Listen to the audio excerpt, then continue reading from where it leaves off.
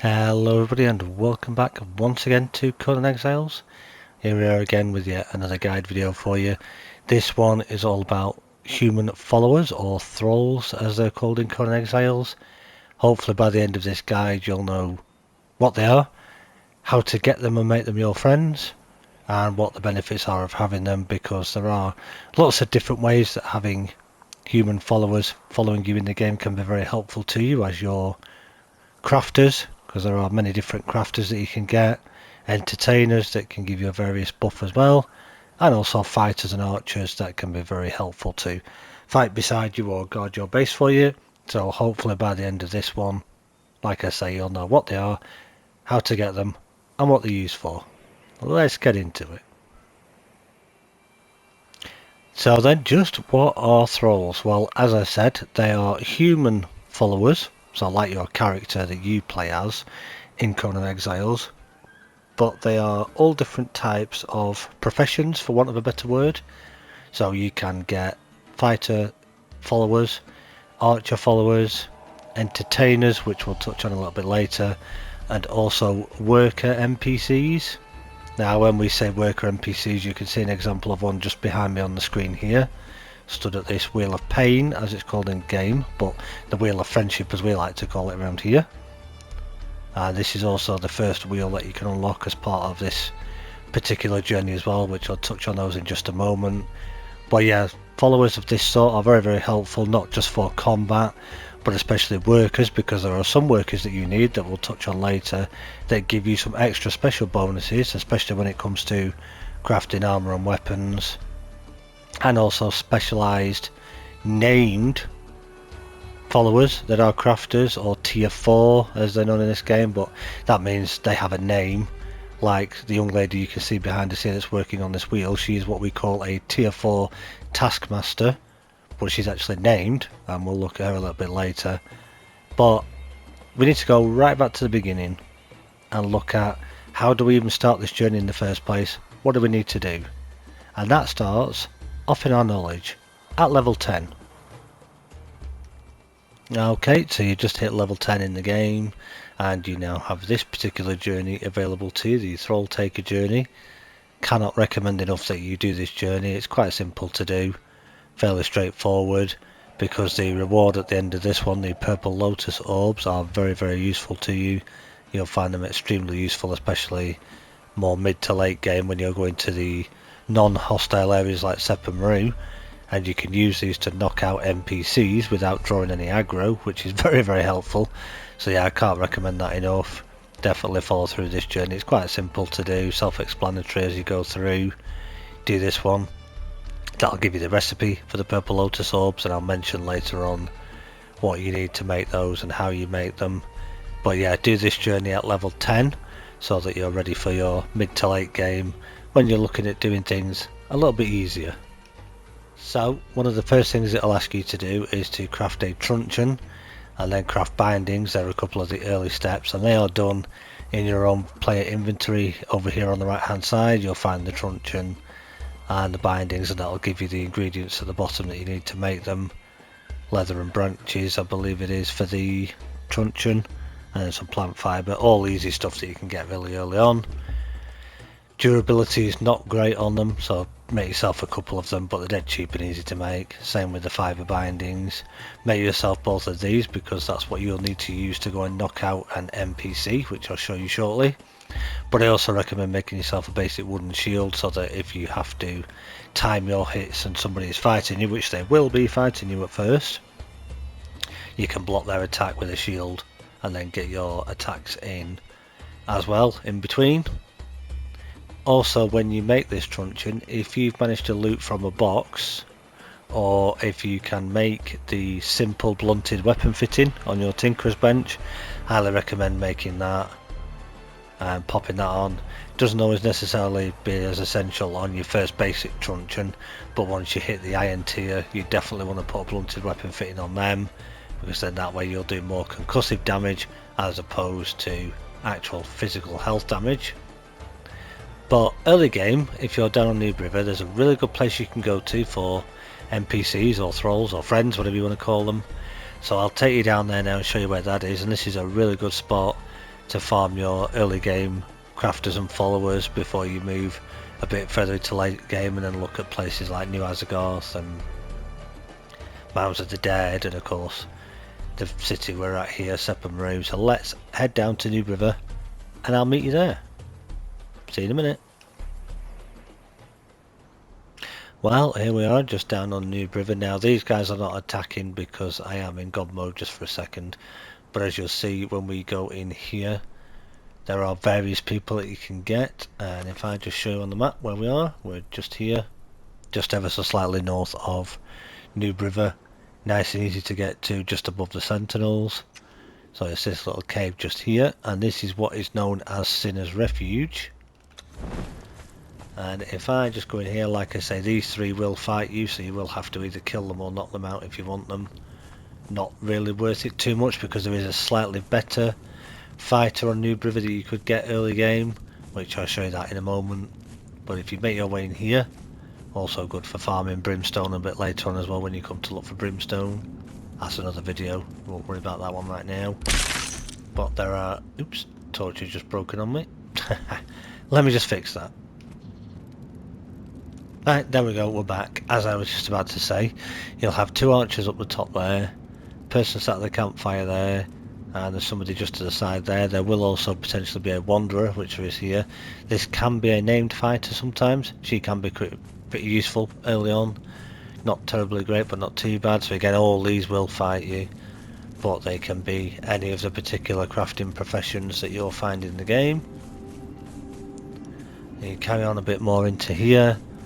Again, there could be another wanderer, which there is right there. So again, you'll have to take them out. Be mindful as you get here though. There are two people just on the back there, so you'll potentially pull them. Two more crafters there. Just off to the left here are two dancers, so this is a guaranteed dancer spawn just here. With these two, you can get a named one I believe if you're very lucky, but typically tier 1, 2 or 3, always two guaranteed dancers, and there might be two girls, two boys, or one of each. Again, more people around here, there's a couple up there. These will all aggro, so obviously they're not aggroing at the moment, as I said, because I'm in God mode, but they will all fight you, so just be ready for that, so you don't want to pull too many at once. These two are just two very low fighters usually. Your main person you want to focus on is this guy here. These can be all different named people, and they can be an alchemist, or any of the professions pretty much that you can get throughout the game. And they will always spawn here. And the beauty of this is these named people are all named after, if I remember correctly, the people that worked for the game or creators that used to do something with the game a long time ago. So they've had their names put into the game. So they'll be the something of Azura, whoever it is. But they are a really good one to get early game. Alchemist, Cork, I believe there could be all the different professions, and you get those here. So this is a really good place, very early game, to come get your early game crafters and fighters. Excuse me, but as I say, there is a slightly better fighter that you can get that has a few locations around New River that's worth getting hold of one of them if you can. They do hit a little harder, so be careful, but they're worth getting. So this is where you would come to really early on if you're just starting out, especially at level 10. Come with a bit of armour, like some medium at least, because they can hit quite hard, these guys, so be very careful. And see what you can get yourself, knock them out and take them off to your wheel. So that is Sinner's Refuge. Right, so we're back here on New River, and you can just see somebody in the background there that's just killed those shalebacks. Now again, he's not aggroing because I am in cloak, but obviously if I wasn't in cloak, then this guy would have come to hit me by now. This is why he's not seeing me. These are what we call a one skull. They look like a mini boss, but they're technically not. Believe it or not, they're really easy to knock out and really easy to kill as well. So he'll be wandering around here, or she, because it can be a female. There's one spawn here, one a little bit further up the river. You've got one just under Narrow Span here, and I believe there's another one right about here somewhere. There are quite a few of them dotted around, so have a look for them when you're out and about. But these guys are worth getting fairly early on. If I just come out of that, pick those up.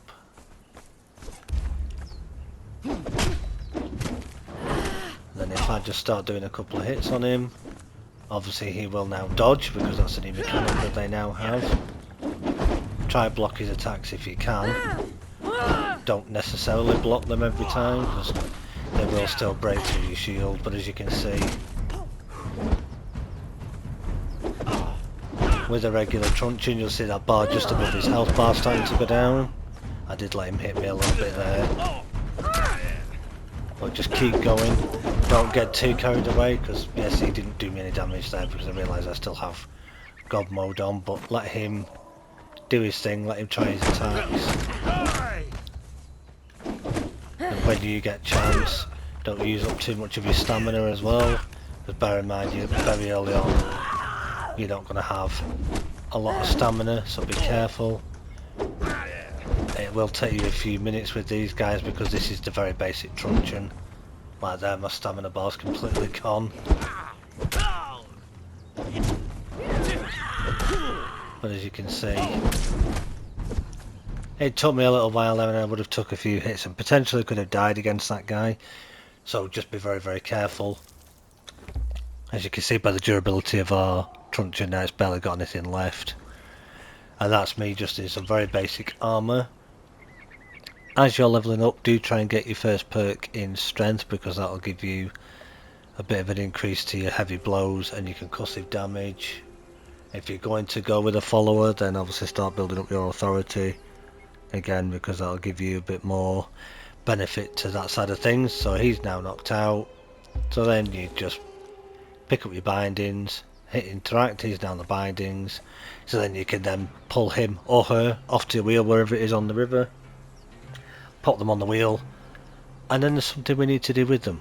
We need to break their will and make them our friends. How do we do this? Well, I'm going to head back to the wheel and I'll show you how we do it. Now yes, I did just say there, taking back to him or her back to your wheel. What was I talking about? Well yeah, I was talking about the lesser wheel of pain if you just started out, or the lesser wheel of friendship as we like to call it. And that is this wheel you can see just behind me here, which you unlock as part of your Thrall Taker knowledge. When you unlock it in your knowledge, you're going to go to here, down to Thrall Taker and unlock the knowledge there. As you can see, that teaches the lesser wheel, the truncheon, the bindings, and a thrall pot, which is a feed pot essentially, which doesn't really have any use as such now, but that's what you learn early on, which you'll have now done before you've gone to knock somebody out, because this is part of your journey. It'll get you to do that early on, and you've now crafted it and placed it down, so when it says access or place, it's taking it that you've maybe played the game before and you already have a wheel down. But if you haven't, you would place it, then it'll tick off that journey for you. And what you do is you bring your friend on the bindings to your wheel, interact with it, and it'll put them in the inventory that you can see here. You won't have the two people showing at the top there as I do. That's because we have a couple of named Taskmasters that are influencing these wheels at the moment. We'll talk about that later. Although this has a huge inventory space, it only holds one person, as you can see. So what you would do is knock somebody out, drag them back to your wheel, pop them on here, and then try and hit play, but it still won't do anything. And why is that? That's because if we look at the right, we need a fuel, and as you can see, it says a bowl of something plus a person equals another person. What this means is gruel, which is something that we make on our campfire that I'll show you in a moment, plus a person, so a knocked out unconscious person that you placed on here, plus time will equal that person becoming your friend with a broken will, so they're now your friend. So what we do to make the gruel is you need a campfire and a fuel of some sort. Then you need to take your sickle, if you've made an iron sickle yet, or if you've found one, even just by hand, go pick a lot of the bushes that you see all around the desert, gather all of those, keep hold of some plant fibre and the seeds, so just regular normal seeds, put them in your campfire, hit play, and that will turn those fibre and seeds into gruel. So this is going to take a few minutes to cook up, so I'll let this cook up and then I'll bring you back when we're ready for the next bit. See you soon. Right, welcome back. I've just been and grabbed somebody from around here just to show you how this works. So again, I've got him on the rope, just as we talked about down on the river. Walk up to the wheel, interact with it, and as you'll see, he's now in the inventory. And you can see him there, ready to start pushing the wheel. Again, as we've said, it's not moving. So what we want to do is grab some of that from there, which again is part of your journey. Pop it in here. Then we can hit play. And he will start to push that wheel around, or that big circle around on the wheel, which will break his will and turn him into our friend. And that's going to take a little bit of time to do. It's going to work slightly quicker than it would do normally because of me having a named Taskmaster here. If you didn't have anyone on the wheel, which you probably won't at the early stage, it will take the standard time depending on the level that they are. So a tier 1 will tame up pretty quick. A tier 2, as this guy is, a little bit longer. A tier 3 longer still, and then a named will take longer than that still as well. But then you can have a Taskmaster on your wheel eventually, which will obviously speed up the taming process a little bit for you. That is if you play at the standard default settings or you're playing on an official server. You'll have to wait for them to do. So I'm going to leave him working away on the wheel, and then we're going to take a look at the next bit. So then as a little time would pass for you through the game and you've leveled up a bit more, you've now reached level 30, which means you now have the Torturer's work table and you're able to make the iron truncheon and the slightly better bindings, which as you can see have a bit more durability on them and a bit more on the concussion damage. Again, this is now where if you have a blunted weapon fitting, I suggest you use this because this is your next tier up, so this will do you a bit better than the basic truncheon. So you've now got these, but having unlocked that, you've also now unlocked the next wheel up, which is this one. And as you can see, looks a little bit bigger than the previous wheel, works exactly the same, takes the gruel, and as you can see, we've already got a person done in there ready. But the difference with this wheel is this will take 4 people now, because it has 4 poles on it. One here, one at the other side, one there and one there. So this is unlocked at level 30, so now you can tame up more friends in one go without having to have dozens of small wheels. You can do 4 in one go. So you've now done that, so you've got plenty more room for more people, and you've got a slightly higher level truncheon.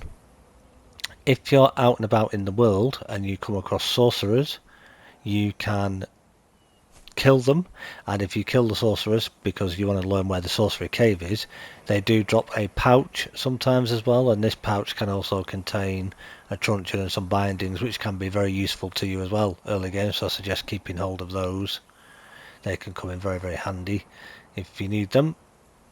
But if you're also now at the point where you feel confident to go wandering a little bit more and you want to make the purple lotus orbs because you've actually completed your initial Thrall Taker journey, you're going to need purple lotus blossom and black lotus blossom, or flowers as they're called. And in order to get these, you're going to have to go up to the swamp for purple lotus flowers, and then the black lotus garden near the Witch Queen's palace for your black lotus flowers. But obviously be careful in the black lotus garden because it is poisonous, so you will need a sandstone mask. But if you've now just hit level 30, you can actually make the mask at this level because you should be at steel tier by now with your weapons and what have you. So you make yourself a sandstone mask and you can wear that when you go in here, and you won't take any damage from the poison because you'll need to bring those back to your base and put them onto your alchemy bench, which again I'll show you a little bit later on then how we craft those and how they can be more beneficial to us now at this stage in the game.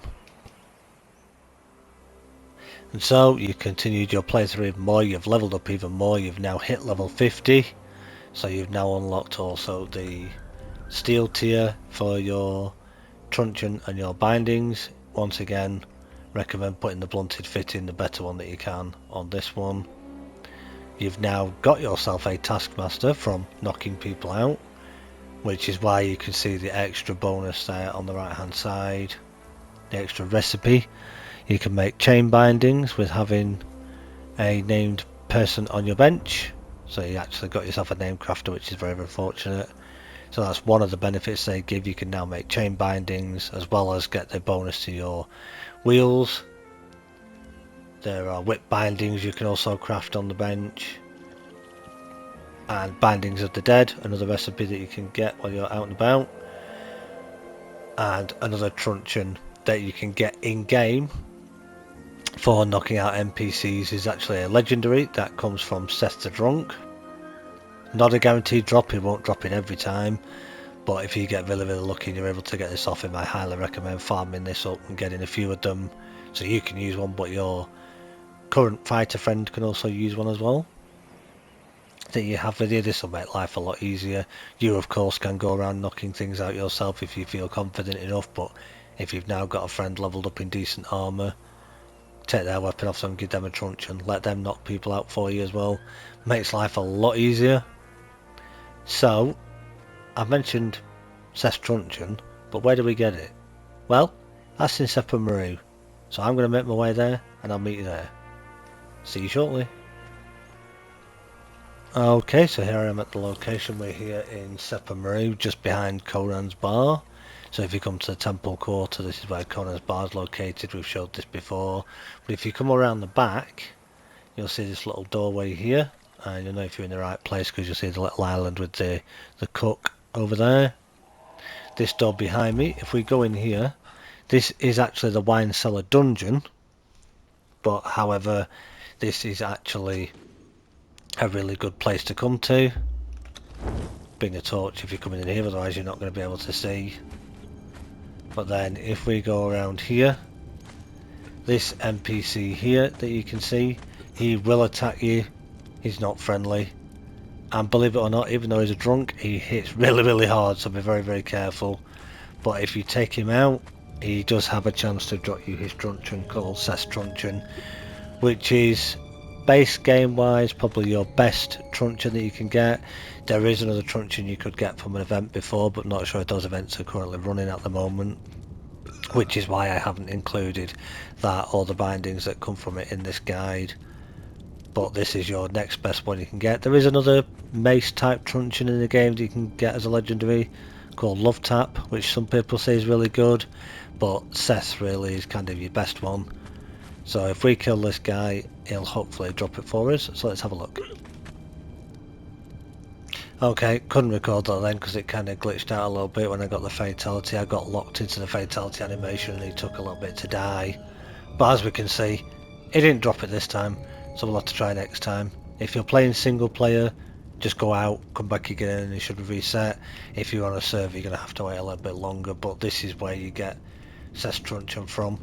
If he decides to drop it for you, some people get really lucky and get it every time, others, he's quite mean. But that is where you get Szeth's truncheon. And as I mentioned, there are lots of different human NPCs you can get throughout the game. Fighters, archers, dancers, crafters, priests, sorcerers, bearers, you name it. If you're looking for a dancer or an entertainer, again you can come here to Conan's bar. There's Conan himself. If I just show you where we are, just on the west side here at Temple Quarter, you'll see 3 dancers on the stage just there, and they can be 3 females, 3 males, or a mixture of both, and these are always a guaranteed tier 3, so you'll never get less than a tier 3 from here. But there's a little bit of a trick to this one. You don't want to just use your truncheon here, because they will all start to fight you. These guys out here will all come and join in, so those 2, the Wanderer, if they're close enough, they'll come and join in, these will come and join in, and you'll be in a whole world of hurt. So you definitely don't want to use your truncheon in Szeth if you can help it. But what you can do, if by now you've made your purple lotus orbs, which again stick around for the recipe for that one, is if you throw one of these into the middle there, as you'll see, you get that purple cloud of smoke or whatever you want to call it, and you'll notice above their health bars their torpidity bar starts dropping down. They'll carry on dancing, but even if I come out of admin mode, as you can see, that's going off, but nobody's aggroed still. Even if I throw another one out of admin mode, just so you can see, nothing. and they've all quite nicely gone to sleep. You can walk into this yourself as well. You're not going to end up getting knocked out by it, but then you can quite safely grab one of these if you want to have a look at them, think which one you want. Let's just grab you just to show. Oops. Pop them on your rope. Out we come.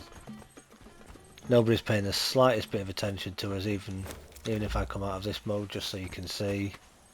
I'm pulling a person on a rope, clearly unconscious. And just, nobody's batting an eyelid. Not even bothered, not interested. So that is how we get a guaranteed entertainer. That's a tier 3. Now there are lots of different spawn locations throughout Szeth for fighters, crafters, archers, entertainers, all of them. Too many to go through in this guide because this is more about the how to get them side of things. If people would like to see a detailed guide of Szeth of who's where and how to find them, then let me know in the comments down below. Drop a comment below and I'll have a look into it, and we can definitely look at doing that one. But again, pop them in the wheel. As you can see, she's there ready to go. So we'll start them off, leave them doing their thing. So that's the next bit, and that is how we use the purple lotus orbs. These will not work in regular camps where everybody aggroes. Your best bet is to use these in the likes of Szeth if you don't want to have any aggro, because as you saw, nobody will aggro if you use those, whereas if you hit somebody with a truncheon, you'll have everybody, including the person you just hit, trying to fight you. So you finally made it to level 50, you've leveled up even more, you're almost at 60, almost at the max level. We're at level 50, you can unlock the bigger wheel, which is this one here. As you can see, much bigger than the other two, and the difference with this one is you can get 2 people per bar, so there are 4 bars on it once again, but as you can kind of see with the little bits of rope hanging down there, each of these bars will take 2 people on them, so you can get up to 8 people in one go on one of these. Takes up a bit more room in your base, but works exactly the same way. Once again, huge inventory space, but only takes 8 people in it. Put as much gruel as you want in. And if you've got yourself a Taskmaster, pop them on there as well.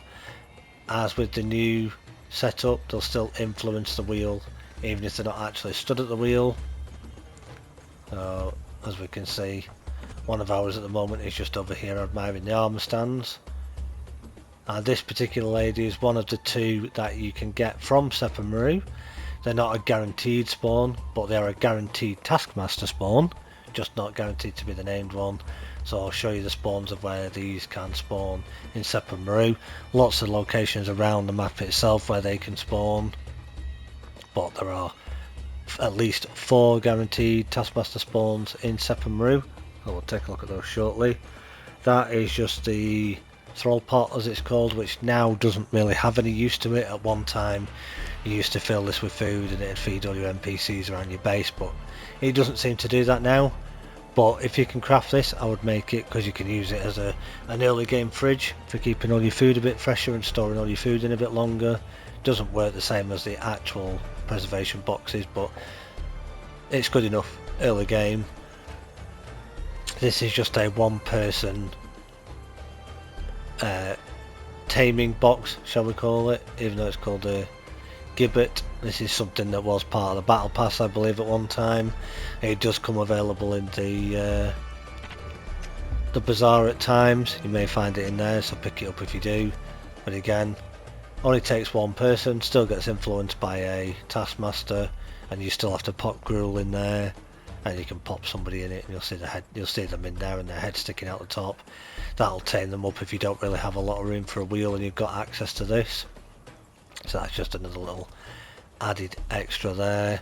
But right, so as I say, there are multiple different fighters, crafters, archers, entertainers, specialist people that you can get throughout Conan Exiles. One of the top ones I highly recommend you keep your eye out for is the Shieldright Armourer. They are an armourer with a shield symbol on them when you have them in your bench, but when you're looking for them out in the world, it'll say their name, so they're a named person, and then under their name it will say Shieldright. They are your best armourer for getting armour value onto your armour. A Temperite will still do the same thing for you. they'll give you more durability and still give you the bonuses of a bit more armor because they're a tier 4 named armorer, but they'll give you as their specialization more durability, but your best one is the shield right for more armor value on top of your armor. And I'll show you also a little bit later on where you can get one of those from as well. So let's have a look where we get our Taskmasters in Sephiroth. Okay, so if you find yourself at Sephiroth, you come up this end near to where the two rhinos are and where the Rhino King, the Black Rhino boss is, just up there. So you're just over on the far east side of Sephiroth. You'll notice when you come in through that main gate, there's two people kneeling down, and then this person here. This is one of the guaranteed Taskmaster spots. This is an apprentice, but you also have the Taskmaster Journeyman and the Taskmaster Master. But then you also have your named people, like those that you've just seen, and also your tier 1 and tier 2 and your tier 3. But this is one spot that's a guaranteed Taskmaster. Then if you carry on into Sephiroth, you've got your archers and your fighters on the gate here. Carry on down. Crafter spawn just there, another crafter spawn there. As I say, if people would like to see a detailed guide on Sephiroth for what's where again, let me know in the comments down below and we'll do a separate video on that one, just so that we don't drag this out too long. But guaranteed alchemist down there.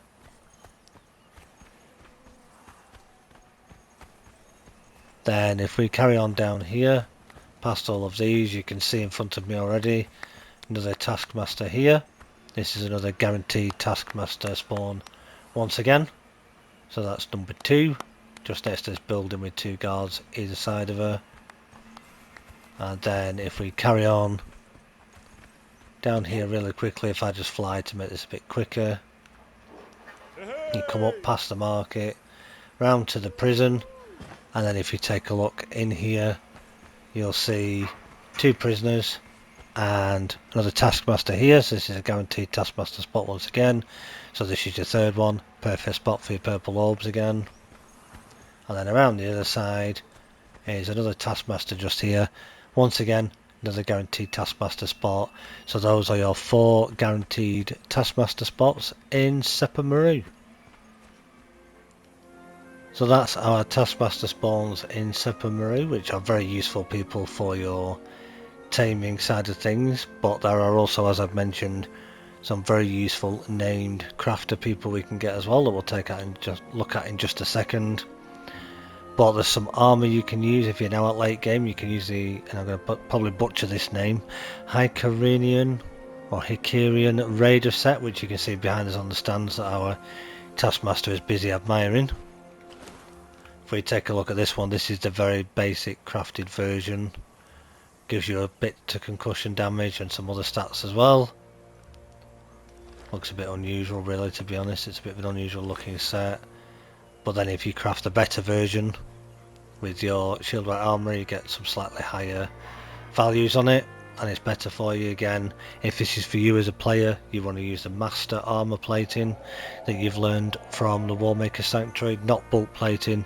Bulk plating will weigh you down way too much. But if you want a really good taming set, then you want to use the Skelos Cultist Master Armor, which is obtained via a recipe from the volcano, and I'll show you at the end of the video where to learn this from. But you're going to use the feet, the legs, the hands and the chest from this set, but then you're going to mix in the Slaver's Hood for your headpiece, because that's got the highest concussive damage on it that we can get, as far as we know anyway. And that, if we go to our journeys, is got by doing the Overlord journey, which you can do once you've unlocked your and completed your Thrall Taker journey. This is definitely for more late game because it's more advanced with the type of people you're going to be knocking out. Craft this with your shield right armor once again and use the master armor plating, and you'll get the most armor value out of that, and obviously the highest stats for your concussion as well. So that's probably one of your best versions for endgame. There probably are other sets that people like to use. Let me know in the comments down below what you like to use. This is just one that I'm recommending because I find it very, very useful and ideal for what I'm doing. And yes, before anybody asks, this is illusioned, as you can tell before you say in the comments what outfit's your character wearing. It's the Gold earrings and bracelets as usual. We're using the Zamorian Thief boots. And then we're using, I'm probably going to butcher it again, Gurnekai, which I think was either Battle Pass or Bazaar piece for the bottoms. And then we're using the Acaronian Illusionist, I believe it is, for the top. Just done with the purple, black and white dyes as usual, as I do. So that's what we're using for the appearance. Otherwise it would be the Skelos Cultist Master with the Slaver's Hood.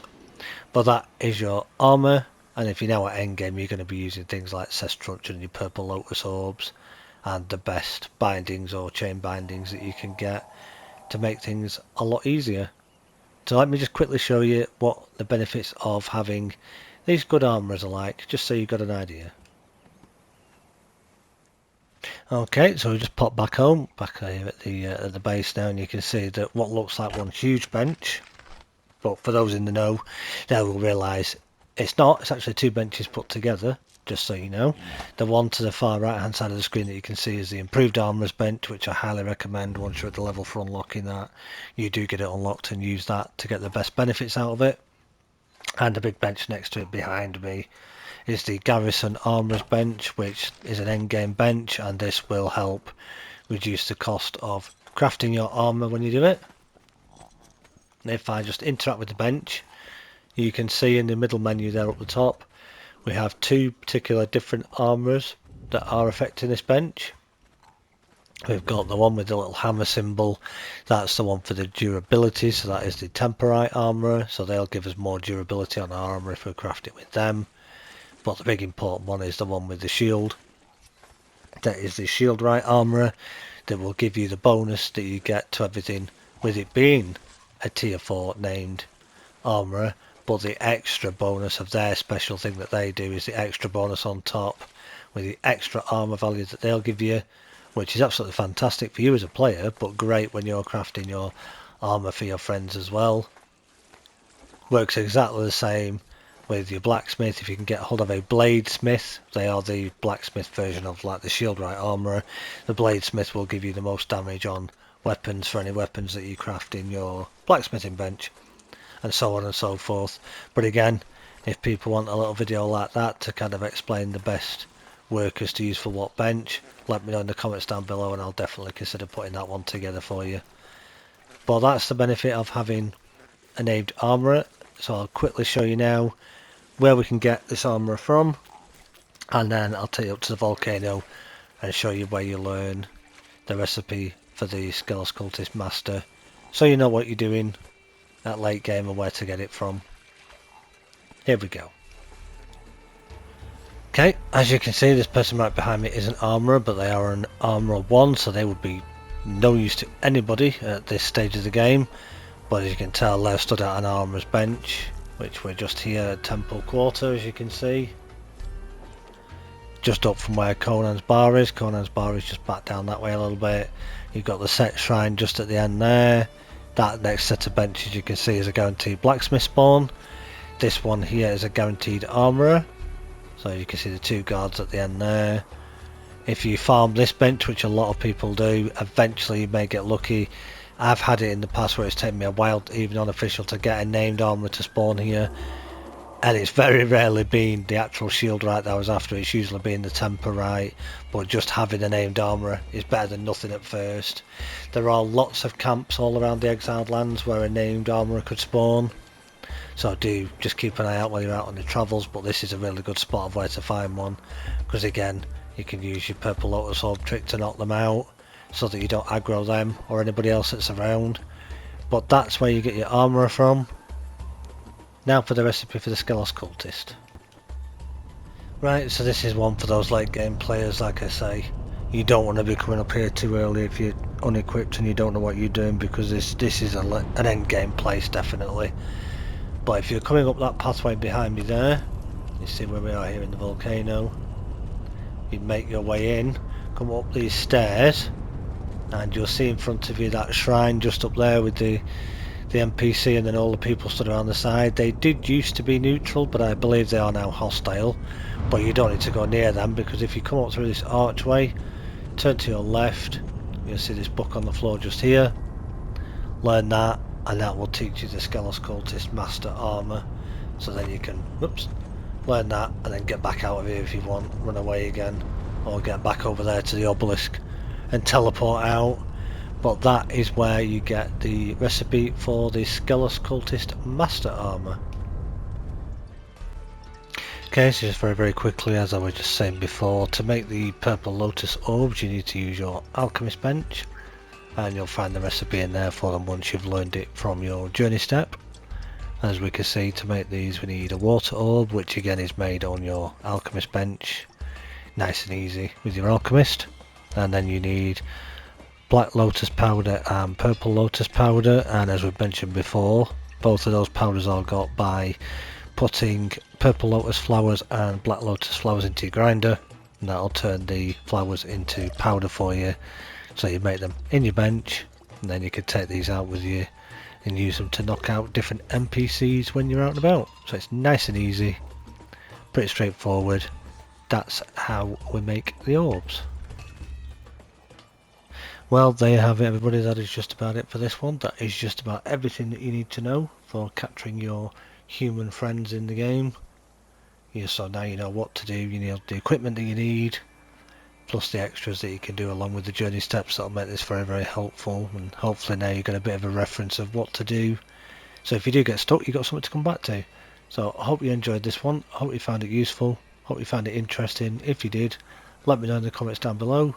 Leave a like, subscribe if you haven't already, and until the next one guys, take it easy. Bye bye for now.